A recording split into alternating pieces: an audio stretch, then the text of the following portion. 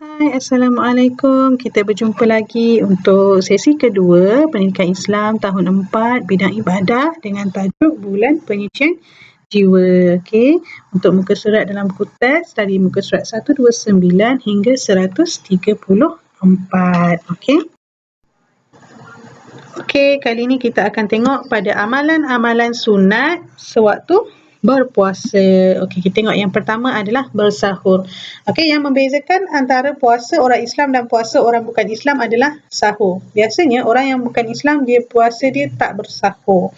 Okey, banyak yang Nabi Muhammad SAW, Nabi kita bercerita tentang kebaikan dan kehebatan orang yang bersahur ni. Okey, banyak sebenarnya kebaikan bersahur ni. Contohnya bila awak bersahur, awak boleh tahan lagi awak punya lapar dalam perut tu. Okay, awak tak ada rasa lapar sangat. Ni kalau awak tak bersahur dari awal pagi lagi, awak dah rasa lapar kan. Okey, selain daripada tu, bila awak bangun awal, banyak benda yang awak boleh buat. Okey, dalam waktu yang awak bangun awal. Okey, melewatkan bersahur. Lewatkan macam mana? Lewatkan macam maksudnya bukan lewatkan sehingga dah nak dekat-dekat masuk waktu tu, bukan. Kalau sebelum ni kita biasa sahur pukul 4.30 pagi, pukul 3 pagi, pukul 4 pagi kan. Okey, sedangkan waktu subuh masuk pukul 6, waktu imsak pukul 5.50 biasanya kan. Jadi awak lewatkan sedikit. Mungkin awak bangun sahur, awak makan pukul 5.30, 5.15, 5.45. Okey. Supaya bila awak melewatkan sahur awak tak tidur semula lepas sahur dan akhirnya tertinggal waktu subuh. Okey. Itu antara kelebihan bila kita melewatkan sahur. Seterusnya, banyakkan amalan-amalan sunat. Amalan-amalan sunat macam mana? Banyak. Baca Quran, tadarus, sedekah, berzikir, selawat. Semua tu adalah amalan sunat yang kalau kita buat di dalam bulan puasa, maka Allah melipat gandakan lagi pahala bagi amalan-amalan sunat tersebut. Okey. Yang seterusnya menyegerakan berbuka. Segerakan berbuka. Okey.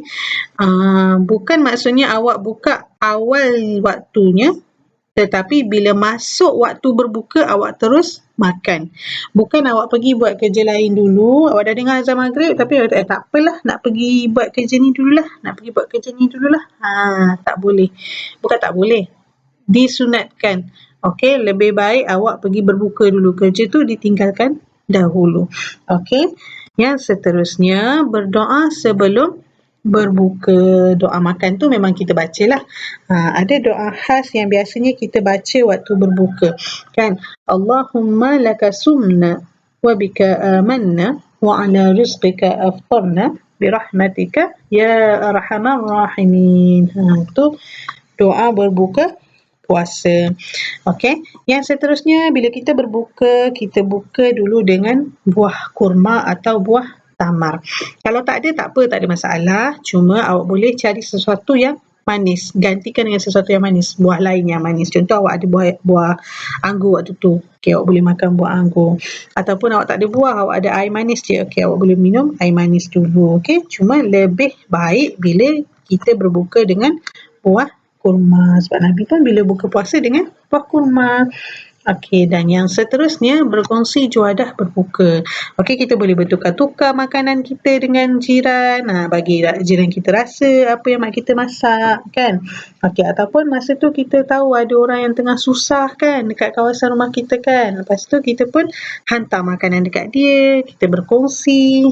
Cuma dalam keadaan sekarang ni elakkan untuk kita berlama-lama di tempat lain kan, sebab kita sekarang ni dalam situasi COVID kan. Okey, itu antara sunat-sunat atau amalan-amalan sunat yang kita boleh buat sewaktu berpuasa. Okey, sekarang kita tengok pula kepada perkara-perkara yang membatalkan puasa. Apa benda yang bila kita buat, puasa kita boleh batal, puasa kita jadi cancel. Okey, yang pertama sekali, muntah dengan sengaja. Okey, saja-saja tengok benda yang dia geli kan, lepas tu dia muntah, batal puasa dia. Okey, tak boleh lah ya. Okey, seterusnya, pengsan dan mabuk sepanjang hari. Pagi waktu bersahur okey je, tiba-tiba pukul 10 pagi dia pengsan.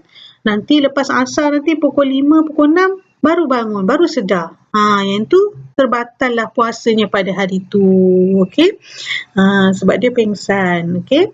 Yang seterusnya, gila walaupun sekejap. Kan? Dia okey je, lepas tu tiba-tiba jadi macam orang gila pula, macam tak betul pula, macam tak sedar diri pula. Dia tak tahu pula siapa dia kat mana semua kan. Itu tergila sekejap. Yang tu akan membatalkan puasa. Okey, sebab tadi dia tidak menepati pada syarat wajib dan syarat sah untuk puasa. Okey, yang seterusnya, keluar darah haid, nifas atau wiladah. Okey, ini khas untuk orang perempuan lah. Orang lelaki tak ada benda ni. Okey, kalau kata dah puasa sepanjang hari pun, tiba-tiba dah nak dekat berbuka puasa dah ni. Buka puasa pukul 7.30. Tiba-tiba 7.15 dia keluar darah haid. Tetap terbatal puasa dia. Okey, walaupun alah sayangnya tinggal 15 minit je lagi kan, tak boleh. Okey, bila kita keluar darah haid untuk orang perempuan ataupun keluar darah nifas atau keluar darah wiladah, maka puasa pada hari tersebut akan terbatal. Okey. Yang seterusnya, keluar air mani dengan sengaja. Yang ini pun sama. Bila keluar air mani dengan sengaja, maka terbatallah puasa pada hari itu. Okey. Okey, memasukkan sesuatu dalam rongga terbuka. Rongga terbuka ni contoh mulut. Okey, yang mana bila kita masukkan sesuatu, dia akan terus ke perut.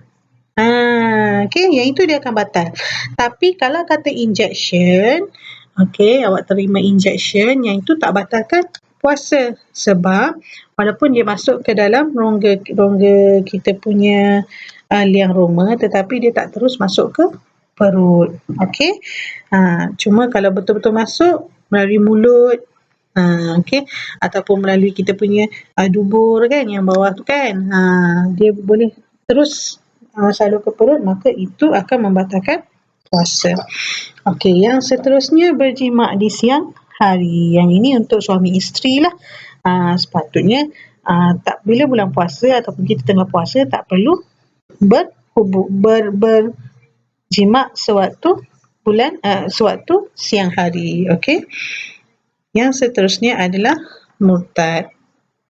Yang seterusnya ialah murtad. Murtad ni maksudnya dia keluar daripada agama Islam. Dah tu kalau dia dah keluar Islam kan, maka puasanya automatiklah terbatal sebab syarat sah dan syarat wajib pun mesti ada Islam tu. Okey. Okey.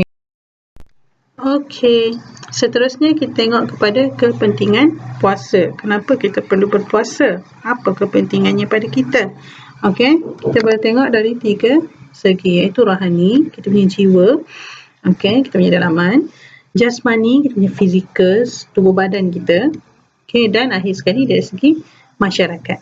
Okey, apa kepentingan puasa ni kepada rohani kita, kepada jiwa kita? Okey, mendekatkan diri dengan Allah Subhanahu Wa Taala. Bila kita puasa, kita ikut apa yang Allah suruh. Kan? Dan juga dalam puasa tu kita buat amalan-amalan sunat. Yang mana Allah suka bila kita buat amalan-amalan yang Nabi suruh. Maka itu akan mendekatkan diri kita dengan Allah Subhanahu Wa Taala. Selain itu, kita latih juga diri kita dengan sifat amanah, ikhlas dan sabar.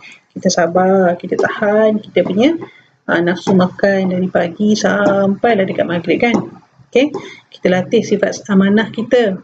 Okey, padahal kalau kita curi-curi makan, curi-curi minum, bukannya orang tahu. Kan, tapi kita tahu Allah yang akan perhatikan kita. Maka kita amanah dengan puasa kita. Okey, dan kita ikhlas dengan puasa kita sebab kita buat kerana Allah. Okey, itu dari segi rohani. Okey, untuk jasmani pula, untuk badan kita, hindarkan penyakit yang berpunca daripada perut. Okey, kita puasa sebulan je kan. Okey, jadi yang 11 bulan lagi kita makan. Okey, jadi kita bantu untuk kita punya perut tu supaya dia boleh berehat. Okey, rehatkan organ dalaman. Okey, kita bagi perut kita rehat sekejap, kita bagi organ-organ yang melibatkan proses makanan tu, jadi dia rehat sekejap. Bukan rehat selama-lamanya, sekejap je, sebab nanti waktu buka puasa baru kita akan makan, dia akan kerja balik kan. Okey, dan juga kita boleh hindarkan penyakit daripada perut. Kan kita dah banyak makan kan, dia perut buncit lah, itulah inilah kan. Okey, puasa ni dapat mengelakkan kita daripada perkara-perkara yang atau penyakit-penyakit yang macam tu. Okey. Seterusnya, kalau dari segi masyarakat, kita akan menghilangkan sifat kedekut dan sombong. Sebab bila kita berpuasa ni, kita kan banyak bersedekah. Kita boleh latih diri kita bersedekah, kita boleh latih diri kita untuk berkongsi makanan. Okey. So tak adalah kita sifat kedekut kan. Okey, yang seterusnya mendidik diri agar tidak boros dan membazir. Okey, kita makan apa yang perlu. Okey, kalau kita buat banyak, maka kita kongsi dengan orang lain. Dan akhir sekali, memupuk rasa kasih sayang sesama manusia. Bukan kita fikir diri kita je kan. Kita kesian tengok orang tu tak ada makanan, kita bagi makanan kan. Kita berkasih sayang lah tu sebab kita kesian dengan orang yang tak ada makanan. Okey, ini antara hikmah kenapa diwajibkan berpuasa kepada kita umat Islam. Okey. Okey, itu saja untuk tajuk kita pada kali ini, Bulan Penyucian Jiwa. InsyaAllah kita akan bertemu lagi pada tajuk yang lain. Okey. Sekian, terima kasih. Assalamualaikum.